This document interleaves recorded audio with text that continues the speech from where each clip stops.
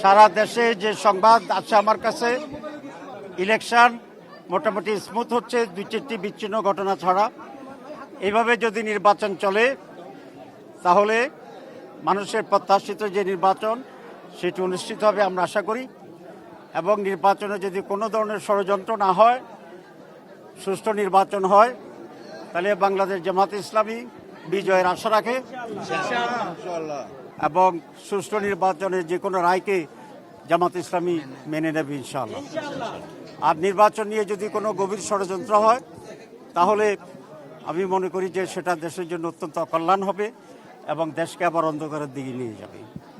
তো আমি আশা রাখি, এখন পর্যন্ত 14 গ্রামে ইলেকশন স্মুথলি চলছে, প্রচুর প্রশাসনের লোক আছে। আমরা বিভিন্ন জায়গায় যে খবর পাচ্ছি, জনগণের উৎসব উদ্দীপনা আছে, ঈদের চেয়ে বেশি উৎসব নিয়ে মানুষ কাজ করছে এবং আমরা বিজয় অর্জন করব। নতুন রিন গভীর থেকে পরিষ্কার করে কাপড়কে রাখে নতুনের মতো উজ্জ্বল। নতুন রিন অ্যাডভান্সড পাউডার।